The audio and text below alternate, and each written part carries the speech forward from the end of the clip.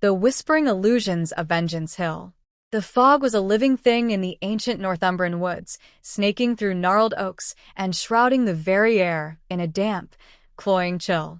This was Vengeance Hill, a place whispered about in hushed tones, where the unwary often strayed and never truly found their way back. It wasn't the beasts of the forest that deterred folks, but something far older, far more subtle: the Dark Fae. These were not the glittering sprites of children's tales, but beings of twilight and cunning, who fed not on fear, but on the confusion and despair of the lost. They didn't drive people mad with terror. They simply twisted their perceptions, spun intricate webs of illusion, and watched as souls unraveled themselves, becoming forever entangled in the Fae's endless, misleading dance. Travelers would wander for days, seeing familiar paths vanish, hearing loved ones call their names from empty clearings, until exhaustion and disorientation claimed them, leaving them hollow echoes in the woods, their spirits ripe for the Fae's subtle consumption. For generations, the local villagers avoided Vengeance Hill, their fear a silent barrier. But a new peril had emerged. The Fae's illusions were spreading, seeping out of the woods, causing disquiet and strange occurrences in the surrounding hamlets. People were getting lost on well-worn roads, families were convinced they saw phantom figures in their homes, and crops withered under unseen blight.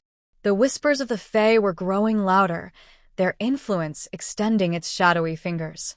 News of this creeping malaise reached the distant ears of three men unlike any other. Father Thomas, the eldest, carried the weight of years and profound wisdom, his eyes gentle yet piercing.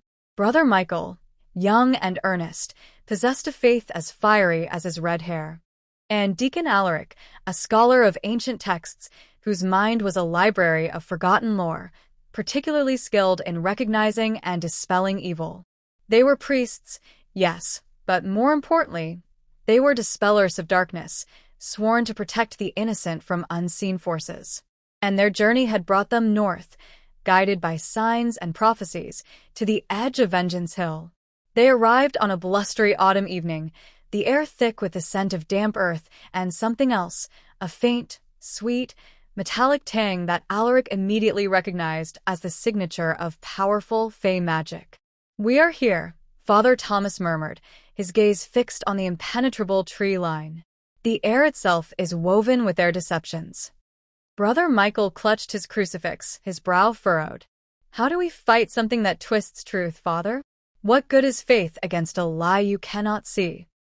"Faith, Michael," Alaric interjected, adjusting the worn leather satchel that held his precious texts, "is the anchor. It is the core truth in a sea of illusion. Our fight is not with brute force, but with clarity and conviction." Their first steps into the woods were met with an immediate shift. The world around them seemed to shimmer, the path they walked subtly altering. A gnarled tree that was on their left one moment would be on their right the next. The sounds of the forest, once distant, grew unnaturally close, then faded entirely. Alaric immediately produced a small vial of consecrated salt, sprinkling a fine line across their path.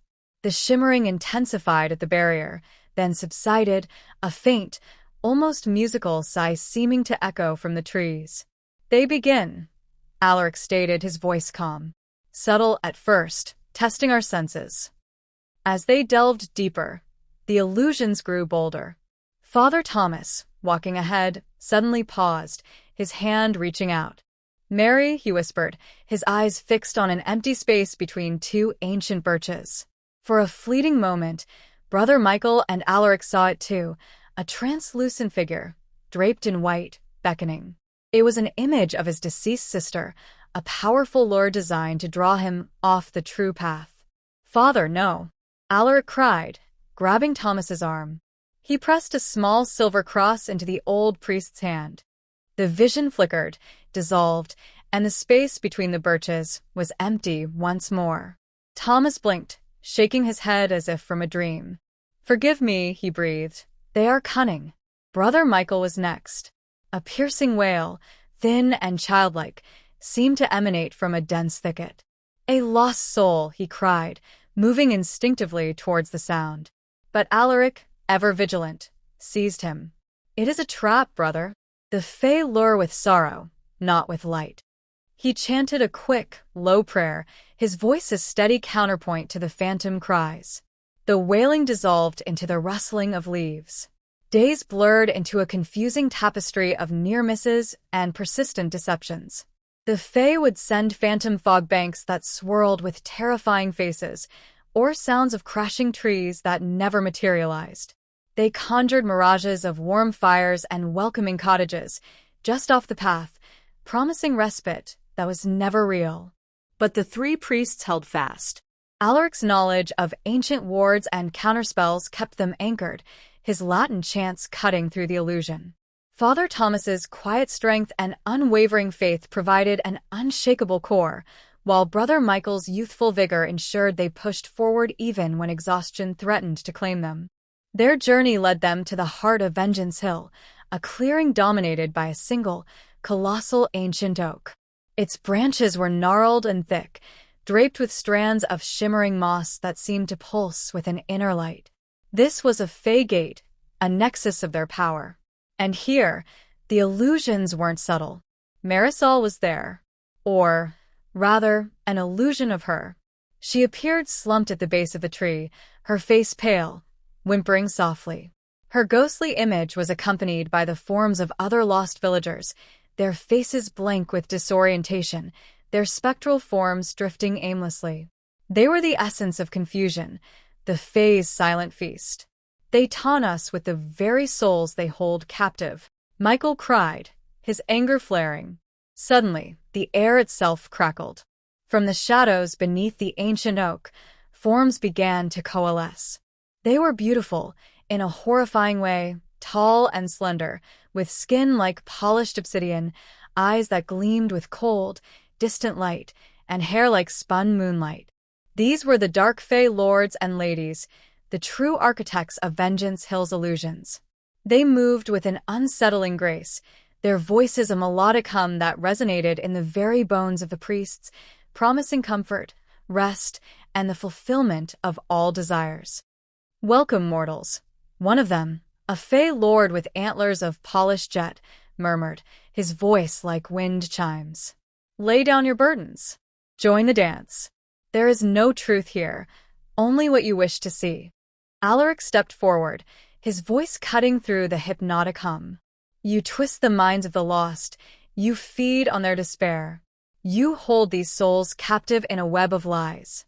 The Fae lady, her silver hair shimmering, tilted her head, a cold smile playing on her lips. "They are not captive. They are simply contented. They see what they desire. Why drag them back to a world of harsh truths when they can live forever in blissful delusion? Because their delusion is a prison." Father Thomas boomed, his voice resonating with spiritual authority. "You deny them free will. You drain their essence, turning them into empty husks." The Fae lords and ladies laughed, a sound like glass chimes breaking. Around them, the illusions intensified. The ground beneath the priests' feet seemed to dissolve into churning mist.